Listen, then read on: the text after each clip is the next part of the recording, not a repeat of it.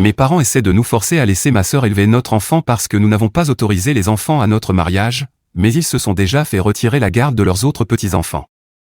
Ma femme et moi nous sommes mariés il y a 11 mois. C'était un petit mariage, environ 30 personnes. Et oui, nous avions décidé d'un mariage sans enfants, non pas par élitisme ou pour exclure qui que ce soit, mais parce que c'était le genre de mariage que nous voulions. Nous ne voulions pas d'enfants qui crient ou qu'il faille courir après dans l'allée. Nous voulions quelque chose de plus adapté aux adultes, à ceux qui apprécient vraiment ce genre d'événement. Nous avons prévenu 6 mois à l'avance. Nous avons payé un service professionnel de garde d'enfants dans un hôtel proche pour ceux qui voyageaient avec leurs enfants. Nous avons été respectueux. La plupart des gens ont compris, sauf mes parents. Ils ont explosé quand nous leur avons annoncé la nouvelle. Et pas parce qu'ils avaient de jeunes enfants, sauf si on compte mon petit frère de 22 ans, mais parce qu'ils insistaient pour que ma sœur amène ses 2 enfants. L'un a 5 ans, l'autre 2, et je le dis avec affection, ce sont 2 petits démons. Le plus grand a déjà cassé le nez d'un inconnu avec un camion en jouet. La petite hurle comme une alarme incendie dès qu'elle n'a pas de bonbons. J'aime mon neveu et ma nièce, mais je pense que ma sœur devrait avoir un permis pour avoir le droit d'en avoir d'autres. Ma sœur, évidemment, était du côté de mes parents. Elle disait que c'était discriminatoire d'exclure ses enfants, qu'à son mariage elle avait invité tout le monde. Je lui ai répondu, ton mariage, tes règles, notre mariage, nos règles. Ce n'était rien de personnel, c'était une règle pour tout le monde. Ma femme et moi étions d'accord, pas d'exception. Si nous en faisions une, il aurait fallu en faire 10, et soudain notre mariage se serait transformé en fête chez Chuck E. Cheese. Mes parents ont décidé de boycotter le mariage, et pas en silence, comme une protestation pacifique, mais plutôt façon, cela doit être corrigé par la force. Ils ont dit à toute la famille qu'ils étaient en deuil du fils qu'ils croyaient avoir élevé. Ils ont affirmé que tout était la faute de ma femme, car je ne pouvais pas être aussi égoïste de moi-même. Très bien, je leur ai dit qu'ils ne pouvaient pas venir, et c'était tout ce qu'il y avait à dire. Nous ne nous sommes plus parlé depuis. C'était il y a 11 mois. Jusqu'à maintenant. Parce que ma femme est enceinte de 17 semaines. Nous avons attendu le 2e trimestre pour l'annoncer, car nous avions déjà subi une fausse couche et nous ne voulions pas porter la poisse. Mais quand nous avons enfin partagé la nouvelle avec nos amis et la famille, nous ne nous attendions pas à ce que mes parents l'apprennent, ou, s'ils l'apprenaient, nous pensions qu'ils l'ignoreraient. Ce n'est pas ce qu'ils ont fait, ils ont complètement perdu la tête. Ils racontent partout que nous sommes inaptes à être parents, que notre froideur et notre égoïsme, autrement dit, le mariage sans enfants, prouve que nous ne valorisons pas les enfants, que ma femme est inapte à être mère, qu'elle est manipulatrice, instable et une horrible mère en devenir. Ironique, puisque c'est la personne la plus calme que je connaisse. Et que je suis, moi, un fils amer et renfermé qui essaie de remplacer sa famille par une nouvelle. Mais voici la chose la plus stupide qu'ils aient inventée, ils racontent aux gens que ma sœur devrait élever notre bébé. Oui, la même personne qui n'arrive déjà pas à élever les 2 qu'elle a, et si on extrapole, notre enfant deviendrait un ninja assassin. Ils ont dit à au moins 3 membres de la famille qu'il serait mieux que l'enfant soit élevé par quelqu'un qui comprend ce qu'est une famille unie. Oui, ma sœur a soi-disant élevé une famille unie, ses enfants sont unis dans leur combat de balai pour voir qui frappera l'autre à la tête. Ils ne m'ont pas encore contacté directement, et c'est tant mieux, du moins pas encore. Mais j'entends tout ce qu'ils racontent, car les gens viennent me le répéter, choqués par leur folie. Je dois alors expliquer que c'est normal pour eux, comme ils l'ont déjà montré lors du mariage. Ma femme ne connaît pas encore toute l'ampleur de ce qu'ils disent. Je la protège pour l'instant. Elle souffre déjà de nausées, d'hormones en folie et d'anxiété quant à la santé du bébé. J'ai peur qu'il se pointe à l'hôpital. J'ai peur qu'il fasse un coup tordu avec les services de protection de l'enfance. Qu'est-ce que je suis censé faire avec tout ça? Eddie, j'essaie de répondre quand je peux, il y a beaucoup de messages, soyez patient. Pour clarifier certaines choses, parce que je vois les mêmes questions revenir, certains d'entre vous ont deviné des choses qui m'ont glacé tant vous étiez proche de la vérité, d'autres m'ont fait réaliser des choses que je ne voulais pas admettre. Donc voilà. Oui, j'ai une colonne vertébrale. Quand mes parents ont commencé à se plaindre qu'ils ne viendraient pas à cause de la règle sans enfant, j'ai dit, très bien, ne venez pas. Ce n'étaient pas exactement les mots, il y avait 2 autres mots, genre, allez, et, vous faire voir. J'ai même consulté un avocat pour des ordonnances restrictives, au cas où. Nous n'y avons pas encore droit, mais que des gens soient aussi insupportables me dépasse, même si ce sont mes parents. Je pense que ma sœur est l'enfant doré. Preuve A, elle est tombée enceinte à 19 ans, et ça a été qualifié de « magnifique miracle », malgré la situation instable. Je me suis fiancé à 30 ans, et ils ont trouvé que c'était précipité. Elle vit chez mes parents sans payer de loyer. J'ai acheté ma maison et j'ai été traité d'égoïste parce que je ne me suis pas installé près d'eux. Ces enfants détruisent les meubles, ce sont juste des enfants. J'ai demandé un mariage sans enfants, je suis anti-famille. Elle ne fait jamais rien de mal à leurs yeux. Et oui, une partie de moi pense que cette idée qu'elle élève mon enfant n'a rien à voir avec le bébé, c'est juste une façon de lui donner un nouveau trophée pour me punir. Ils ont déjà fait ce genre de choses. Je ne l'ai pas mentionné dans le message original, mais quand nous avons perdu notre grossesse l'an dernier, ma mère a dit, pas à moi, bien sûr, puisqu'on ne se parlait plus, que c'était le karma. Je ne l'ai jamais dit à ma femme, elle souffrait déjà trop. Il y a quelque chose d'étrange concernant la situation de garde de ma sœur. Je n'ai pas de confirmation, mais un cousin a mentionné que les services sociaux étaient passés chez mes parents il y a quelques mois pour une inspection. Je ne vois pas de lien clair avec ce qui se passe maintenant, ni si c'est sérieux. Mais cela ajoute une dimension encore plus inquiétante au fait que mes parents pensent qu'elles devraient élever notre enfant. Si c'est vrai, alors non seulement ils ont tort, ils sont dangereux. Je vais protéger ma femme et mon enfant. Nous prévoyons déjà de donner à l'hôpital une liste de personnes non autorisées à entrer. Ma femme ne veut personne dans la salle d'accouchement à part moi, et j'ai été très clair, personne, ni mes parents, ni ma sœur, ni qui que ce soit, ne verra notre bébé sans notre accord. J'installe aussi des caméras de sécurité ce mois-ci, au cas où quelqu'un aurait la brillante idée de « réparer les choses », entre guillemets. Pour ceux qui demandent si je vais laisser passer ça, pas question. Ils ont déjà perdu l'accès à moi, et ils n'auront pas la moindre chance de ruiner la vie de mon enfant avant même qu'il ne naisse. Après avoir cliqué sur « mise à jour », je vais chercher quelle licence il faut pour un lance-flamme. Mise à jour 1. Je regrette aussi qu'on ne puisse pas utiliser un lance-flamme comme arme d'autodéfense dans mon état, ça réglerait quelques problèmes. Vous savez, vous l'utilisez sur votre famille quand ils essaient un truc du genre de ce que je vais vous raconter, puis vous l'utilisez pour le barbecue. Mes parents ne sont pas seulement déséquilibrés, ils sont dangereux. Il y a environ 10 jours, ma femme a eu son échographie morphologique des 18 semaines, la grande. Elle était nerveuse depuis des jours. C'était lors de ce rendez-vous que nous avions appris la perte du précédent bébé, alors elle était compréhensiblement tendue. Nous n'en avons parlé à personne. Personne n'était au courant, à part nous, l'obstétricien et le technicien. Nous utilisions même des techniques de communication secrètes dignes de la Seconde Guerre mondiale avec la réceptionniste. Nous étions assis dans la salle d'attente, et soudain je l'ai senti, cette sensation étrange dans la nuque, quand vous savez que quelqu'un vous observe. Ce n'était pas un sixième sens, c'était un sens des parents envahissant. Mes parents étaient assis derrière nous dans la salle d'attente. Ma mère m'a même fait signe de la main, comme si on était à un pique-nique et qu'il venait d'arriver. Je me suis levé immédiatement et j'ai dit à l'infirmière qu'il n'était pas autorisé à venir avec nous. On nous a conduits dans une autre pièce pendant qu'il gérait la situation. J'ai entendu ma mère hausser la voix dans le couloir, « Nous sommes les grands-parents, mademoiselle, nous avons le droit de savoir si le bébé va bien, et ôtez votre doigt de mon visage. » Le personnel a géré la situation rapidement, ils ont appelé la sécurité. Mes parents ont été escortés hors du bâtiment. Ils ne se sont pas débattus, mais j'entendais encore ma mère crier alors qu'ils étaient déjà loin. Mon père, lui, n'a pas dit grand-chose, juste quelques regards, ce genre de choses. Ma femme tremblait pendant toute l'échographie, elle n'arrêtait pas de s'excuser auprès du technicien. C'était un mélange entre le traumatisme de la dernière fois et la présence de mes parents. J'ai dû me retenir de toutes mes forces pour ne pas exploser dans cette salle et aller leur faire payer ça, mais ma femme avait plus besoin de moi que jamais. Le lendemain, nous avons reçu une enveloppe dans la boîte aux lettres. À l'intérieur, un plan de garde écrit par ma sœur. Oui, un vrai document, avec des puces, des horaires, une section intitulée « Limitation parentale », où elle avait rédigé des lignes directrices pour nous permettre de rester impliqués, visite supervisée une fois par mois, rotation des fêtes, pas de nuitée avant les 5 ans de l'enfant. Elle avait même osé écrire cette phrase. Étant donné l'instabilité émotionnelle démontrée de Hope et de son épouse, ainsi que leur éloignement des valeurs familiales essentielles, il est dans l'intérêt supérieur de l'enfant d'être élevé dans un foyer stable, doté de structure morale familiale. J'ai montré la lettre à ma femme. Au début, elle a ri. Puis elle a pleuré. Et ensuite, elle a vomi. Apparemment, les hormones de grossesse sont plus réelles que je ne le pensais. Le même jour, j'ai appelé mon avocat. Nous avons commencé à tout documenter. J'ai déposé un rapport de police simplement pour qu'il y ait une trace de leur intrusion à la clinique. Nous préparons une ordonnance d'éloignement pour violation de propriété s'ils s'approchent de notre maison. J'ai déjà envoyé des lettres de cessation et d'abstention, CAS-N2ist, à ma sœur et à mes parents. Et pour ceux qui se demandent, non, ils n'auront rien de nous. Pas de photos du bébé, pas de révélation de genre, pas de nouvelles de la naissance, rien du tout. Enfin, je mens, ils recevront des papiers, mais de la part de notre avocat. La bonne nouvelle, c'est que c'est un garçon et qu'il va bien malgré tout ça. S'il savait, s'il pouvait comprendre ce qui se passe dehors, ce gamin resterait là-dedans pendant 38 mois. Je crois que je lui demanderai même s'il y a de la place, un canapé pour dormir. Mais non, je dois rester ici pour protéger ma femme. Et aussi pour contacter quelques membres du Congrès au sujet de ce lance-flamme. Mise à jour 2.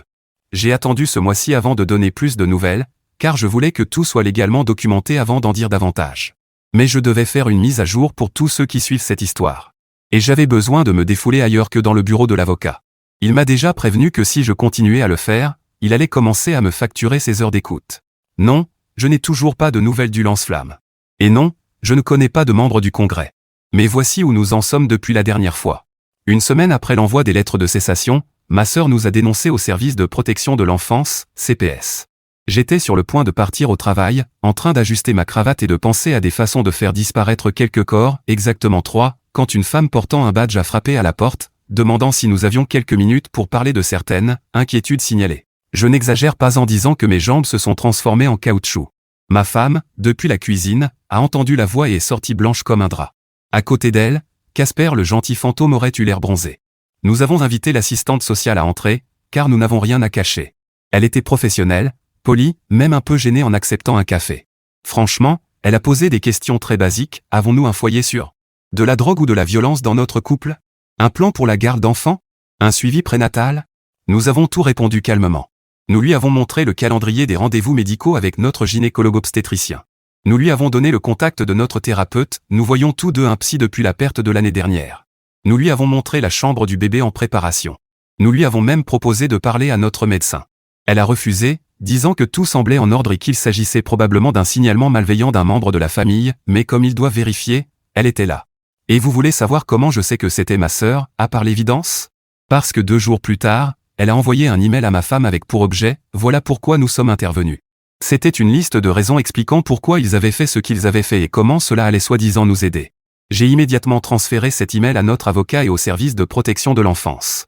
Ils l'ont ajouté au dossier et l'ont signalé comme harcèlement et diffamation potentielle. Si quelque chose pouvait mettre ma sœur dans le collimateur du CPS, c'était bien ça. Nous avons aussi déposé une demande d'ordonnance de protection contre elle. Je ne sais pas si elle sera accordée, elle n'a pas proféré de menaces physiques, mais notre avocat pense que le juge pourrait la valider car cela servirait à prévenir d'autres actes stupides de leur part. Et malgré tout ça, ma femme est maintenant à 22 semaines de grossesse. Le bébé est en bonne santé et grandit bien. Nous connaissons le sexe, comme je l'ai dit, mais nous ne l'avons dit à personne en dehors d'un cercle très restreint. Nous avons verrouillé nos réseaux sociaux et défini des mots de passe avec l'hôpital. Nous travaillons désormais avec un avocat spécialisé en droit de la famille pour rédiger des documents précisant nos décisions de garde, contact d'urgence, et tout ce qu'il faut pour tenir mes parents et ma sœur le plus loin possible. Parce que je ne crois plus que cela se terminera paisiblement. Prochaines étapes, nous allons passer à une maison de naissance privée.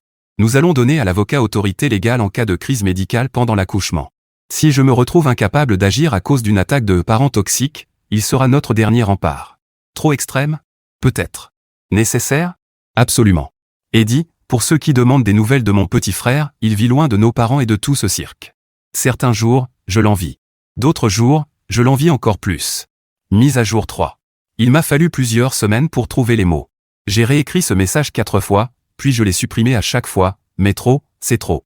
Les gens doivent voir à quoi ressemble l'obsession et le sentiment de toute puissance de parents déséquilibrés. Ma femme en est maintenant à 30 semaines de grossesse. Le bébé est parfait, cœur fort, tous les marqueurs sont bons. C'est une bénédiction qu'il ignore ce qui se passe à l'extérieur. Il sortira en disant « C'est dans ce monde-là que vous m'avez fait naître ». Ma femme est épuisée par la grossesse, mais heureuse, ou du moins elle l'était, jusqu'à ce que mes parents essaient de la traîner devant les tribunaux. Oui, les tribunaux. Ils ont réellement déposé une demande de tutelle prénatale d'urgence, invoquant des inquiétudes sorties tout droit de leur imagination malade. Ils ont utilisé la fausse couche précédente, due à une complication médicale, pas à une négligence ni à un abus, ainsi que les séances de thérapie de ma femme, parfaitement normales, comme prétendue preuve de son instabilité émotionnelle. Ils m'ont accusé, moi, d'être manipulé et isolé, d'agir sous la coercition psychologique d'une femme présentant des signes évidents de stress. Leur avocat, une sorte de militant pour les droits de la famille probablement diplômé de l'université du droit des clowns, a déposé un tas de captures d'écran de nos anciens posts sur les réseaux sociaux, avec des gribouillis et des annotations d'un soi-disant expert en schémas comportementaux. L'audience était urgente, une session d'urgence à cause de la nature des allégations. Notre avocat nous a appelés et a dit « Ne paniquez pas, c'est absurde, et nous n'allons pas laisser ça aboutir ». Nous nous sommes présentés, ma femme terrifiée mais déterminée, moi, prêt à tout. Le juge était furieux, complètement gavé. 10 minutes après avoir lu les pièces, il a rejeté l'affaire entière comme un abus du temps et des ressources du tribunal. Il a dit à l'avocat de mes parents que leurs prétentions n'avaient aucune base juridique, et que tenter d'invalider les décisions prénatales d'un couple capable et compétent était une intrusion flagrante. Puis il a dit, pourquoi ces choses atterrissent-elles sur mon bureau chaque semaine? Je comprends, tout le système judiciaire part en sucette. Mais c'est ce qui arrive quand on peut intenter une action pour n'importe quelle raison ridicule. Ensuite il a regardé mes parents et a dit, vous n'êtes ni l'autorité légale, ni l'autorité médicale, ni l'autorité morale au sujet de cet enfant à naître ni de ses parents. Ne revenez pas devant ce tribunal avec une autre urgence fabriquée. Nous sommes repartis avec une déclaration signée du juge confirmant nos droits parentaux exclusifs et les mettant formellement en garde contre toute ingérence future. Quelque chose de bien en est sorti, notre avocat travaille maintenant à transformer cela en une ordonnance restrictive officielle qui prendra effet à la naissance. Mais même après tout ça, mes parents ont eu l'impudence d'aller rendre visite aux beaux-parents de ma femme quelques jours plus tard. La mère de ma femme a ouvert la porte, et apparemment ma mère a essayé de lui remettre une couverture pour bébé qu'elle voulait seulement que l'enfant ait quand il naîtrait. Ma belle-mère lui a dit de déguerpir de son perron avant qu'elle n'appelle la police. Donc oui, c'est là où nous en sommes maintenant. Ils ont essayé la culpabilisation, la manipulation, la diffamation, le signalement au CPS, les procédures judiciaires, les cadeaux, et à chaque fois qu'ils échouent, ils deviennent un peu plus instables. Nous avons dû demander au centre de naissance non seulement de restreindre les visites, mais aussi de conserver les visages et les noms de mes parents dans leur fichier au cas où ils essaieraient de se faufiler. Je leur ai donné plusieurs visages de mon père, un quand il est sobre et un quand il boit. Vous ne me croirez pas, mais son visage est différent selon le cas. Il paraît contourné. Nous y sommes presque, encore quelques semaines et il naîtra. J'ai toujours des cauchemars où il tente encore d'entrer quand il apprendra qui sont ses grands-parents et sa tante. Mise à jour 4. Notre fils est né la semaine dernière. Il est là. Il est en bonne santé, magnifique, et je ne pense pas qu'il ait encore remarqué. Je pense attendre un délai prudent avant de lui parler de ses grands-parents, je pensais à son 55e anniversaire. Tu sais, fiston, tu avais des grands-parents. Ils n'étaient pas dans leur tête, ils ont mis un juge en colère, et ont fait plein d'autres choses folles, mais c'était tes grands-parents. Ils sont morts maintenant, dans une attaque au lance-flammes, une affaire non élucidée. Ça devrait faire l'affaire, voilà toute l'histoire familiale dont il aura besoin. Il est né 3 semaines en avance, travail prématuré. En pleine nuit, peut-être pensait-il que ça aiderait à se camoufler. L'eau de ma femme a rompu dans la cuisine pendant qu'elle réchauffait de la soupe. C'était le chaos, je ne savais pas si c'était de la soupe ou elle. Mais même dans la panique, l'adrénaline et la douleur, elle y est arrivée. Elle y est arrivée, pas de complications, pas de néonatologie. Elle a fait naître un petit garçon parfait qui a attrapé mon doigt comme pour dire « Papa, je ne veux pas voir mes grands-parents. » Nous n'avons rien annoncé. Nous l'avons dit à nos beaux-parents et à 2 amis proches, et c'est tout. Nous avions besoin d'espace, de temps, de paix et de toute la chance du monde. Nous ne l'avons pas eu. Environ 4 heures après la naissance, l'infirmière de l'accueil est entrée dans notre chambre et a demandé « Connaissez-vous les noms de mes parents, que je n'écrirai pas pour que personne ne les utilise pour son bébé et que le cycle ne reparte pas. » Jure que mon cœur s'est arrêté. J'ai pensé, nous sommes à l'hôpital, ils savent quoi faire face à quelque chose comme ça. Puis je me suis souvenu que nous étions dans la zone néonatale et qu'ils auraient un petit, et ça ne m'a pas rassuré. Puis l'arythmie a commencé. Nous pensions tout avoir sous contrôle, chambre privée, alias dans le système, non restreint, pas de visiteurs, pas de partage d'informations. Nous nous étions préenregistrés et avions signalé la chose dans le système, tout. Nous aurions engagé des paramilitaires comme sécurité si ce n'était pas si cher. Et pourtant ils nous ont retrouvés. Apparemment ils ont appelé plusieurs hôpitaux de la région en se faisant passer pour des contacts d'urgence. Ils ont dit à une réceptionniste qu'ils venaient d'apprendre la mort de la mère de ma femme et qu'ils devaient nous joindre d'urgence. Quand ils ont finalement trouvé l'hôpital correct, ils se sont présentés à l'accueil en exigeant qu'on les laisse entrer. Ils ont prétendu qu'il y avait une urgence familiale. La sécurité de l'hôpital les a immédiatement arrêtés. Nous avions les documents de justice, l'ordre de non-contact, la demande d'ordonnance restrictive, tout était inscrit au dossier. Ils ont été escortés hors du bâtiment, en larmes et en criant. Plus tard, l'administrateur de l'hôpital est venu personnellement dans notre chambre pour s'excuser. Il a dit que, en 17 ans, il n'avait jamais vu de personnes aussi perturbées. Je lui ai répondu que moi non plus, que je ne les connaissais pas. Mais ce n'est pas le propos. Le propos, c'est qu'ils continuent d'essayer, ils continuent de pousser, ils sont obsédés.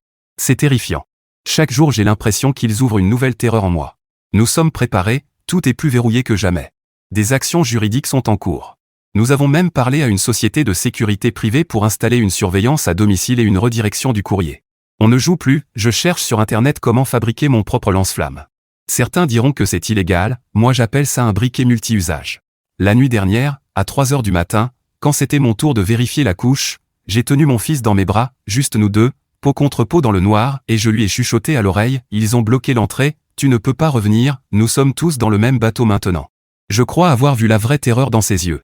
Puis je lui ai mis la vidéo Baby Shark pour la première fois, ma 2e erreur de la nuit. Bien que, pour être sérieux, je ne peux ni confirmer ni infirmer l'affaire Baby Shark. Ma femme et moi sommes très heureux. Mise à jour 5. Ça fait exactement 1 an que j'ai épousé l'amour de ma vie sans que mes parents soient dans la salle. 1 an depuis qu'ils ont décidé que notre refus d'enfant à la cérémonie était une déclaration de guerre contre toute notre lignée. 1 an pendant lequel ils ont tout essayé, manipulation, CPS, tribunaux, menaces, flamants roses, mensonges et alchimie. Tout ça pour arracher notre enfant et nous donner une leçon à propos du mariage sans enfant. Et maintenant, enfin, c'est fini. Laissez-moi vous dire comment nous avons gagné. Nous avons poussé fort via notre avocat pour faire appliquer l'ordonnance restrictive. Ça revient à dire que nous avons payé pour qu'elle soit traitée vite. Ce qui veut dire qu'il a dû acheter une bouteille de vin cher pour un juge afin qu'il examine nos papiers plus tôt. Ce qui veut dire que rien de tout cela n'est arrivé et que nous avons dû attendre que la justice tourne, mais ça fait bien dans l'histoire. Donc oui, tout cela est vrai. Nous avons demandé une ordonnance restrictive permanente, pas seulement pour ma femme et moi, mais aussi pour notre enfant jusqu'à ses 18 ans. Désolé, à 18 ans tu te débrouilles et tu devras en demander une toi-même. L'audience a eu lieu il y a environ 3 mois. Nous y sommes allés chargés de documents et de ces dossiers dorés que l'on voit dans les clips de rap. Le juge a immédiatement émis une ordonnance restrictive totale et permanente. 0 contact. Ils sont désormais légalement interdits de s'approcher à moins de 150 mètres de nous, de notre domicile, de la garderie, du cabinet du pédiatre, et même d'une pizzeria de ma convenance. Mon fils n'y va pas, mais je me suis dit que ça pourrait m'être utile. S'ils envoient quoi que ce soit par la poste, s'ils se pointent à son école quand il sera plus grand, s'ils essaient de contacter quelqu'un en notre nom, s'ils regardent une série sur Netflix au milieu de la nuit et la lui spoilent, et qu'il me la spoil à son tour, ils seront arrêtés. Nous avons changé de numéro, déménagé à une autre adresse, et trouvé un nouveau pédiatre pour notre fils dans un quartier totalement différent de la ville. Seules 6 personnes savent où nous habitons désormais, et elles donneraient leur vie pour notre sécurité. Un seul appel, et elles fonceraient droit vers l'aéroport local, prendraient un avion et s'écraseraient sur la maison de mes parents. Voilà pour toi, le commentateur qui s'est moqué de moi pour ne pas avoir acheté de lance-flamme. Mon fils vient d'avoir 8 mois. Il rampe déjà, rit avec le chien, babille, dada, comme si c'était le seul mot qui comptait au monde, et fredonne la chanson Baby Shark. S'il vous plaît, que personne ne le dise à ma femme. Il dort blotti contre ma poitrine, en forme de petit point d'interrogation. Il adore la purée de patates douces et déteste qu'on lui change la couche. Difficile d'expliquer à un bébé de 8 mois que manger de la purée de patates douces implique des changements réguliers. Ma femme, mon Dieu, ma femme, est la personne la plus forte que j'ai jamais connue. Elle n'a jamais laissé la peur gagner, ni la cruauté de mes parents la briser. Et aujourd'hui, elle s'épanouit, elle est encore plus belle qu'avant. Tous les 3, nous faisons des promenades le soir, on danse dans la cuisine, on lui lit des histoires avec des voix ridicules. Elle devra se souvenir de tout ça quand elle découvrira qui lui a montré la vidéo Baby Shark. J'avoue, c'est moi. Si tu lis ceci, souviens-toi de toutes les fois où je t'ai dit « je t'aime ». Sinon, ne t'inquiète pas, je les compte. Mise à jour 6. Nous n'avons presque rien entendu de ma sœur, et en relisant mes anciens messages, je réalise à quel point je les peux mentionner. Mais d'abord, ma femme pense que mes parents sont passés en voiture avec les vitres baissées, en diffusant Baby Shark à fond. Elle pense que c'était un acte de guerre, une vengeance bactériologique contre nous. Bombe désamorcée, je peux respirer à nouveau. Petite parenthèse dans ma mise à jour, ma femme dit que je devrais préciser qu'elle sait déjà que c'est moi qui ai montré cette vidéo, et que c'est de ma faute si c'est la seule chanson que notre fils veut entendre maintenant. Elle ajoute aussi que j'ai eu des tours de couche supplémentaires ce mois-ci en guise de punition. Toujours là pour gâcher le plaisir, et pour me faire passer pour le méchant devant mes amis Reddit. Mais revenons à ma sœur, oublions que ma femme m'a publiquement humilié. Ma sœur, elle, était empêtrée dans ses propres ennuis avec les services de protection de l'enfance. Pendant que nous traversions tout ça, y compris son faux signalement, elle devait affronter les conséquences. Cela, combiné à sa propre enquête, a conduit à la perte de la garde de ses enfants. Les enfants ont été retirés du foyer et placés dans un centre spécialisé pour le confinement démoniaque, dont l'acronyme est cousin, parce que c'est notre cousine. Les lettres n'ont rien à voir avec le nom du centre. J'ai passé des heures à essayer de leur trouver une signification. Le mieux que j'ai trouvé, c'est « Centre d'orientation et d'utilisation de synthèse en isotope de neutronium », et je n'ai même pas terminé. Mais voilà la nouvelle, ces adorables petits monstres, qui feraient passer Chucky pour un enfant bien élevé, sont désormais sous la supervision de notre cousine. Contexte, notre cousine a un mari, pas d'enfant, mais elle en voudrait, et surtout, elle n'est pas ma sœur. Et ce n'est pas temporaire, c'est du long terme, si l'on considère qu'ils resteront chez elle pendant 5 ans. Peut-être que notre cousine les rendra réformés. Espérons juste assez pour que ma sœur ne les gâche pas à nouveau. Oui, il faudra une sacrée réforme. Quant à mes parents, nous n'avons entendu qu'une seule chose, le silence. Voilà à quoi ressemble une ordonnance restrictive, et c'est magnifique. Je me demande combien ça coûterait de la faire jouer par un orchestre philharmonique. Je me demande aussi combien il faudrait pour qu'il joue Baby Shark. Non, cette chanson est l'œuvre du diable. Elle m'a déjà valu trop de couches sales, mieux vaut l'oublier. Tout comme je vais clore cette publication. Ce qui, en revanche, ne partira pas, c'est la chanson dans vos têtes.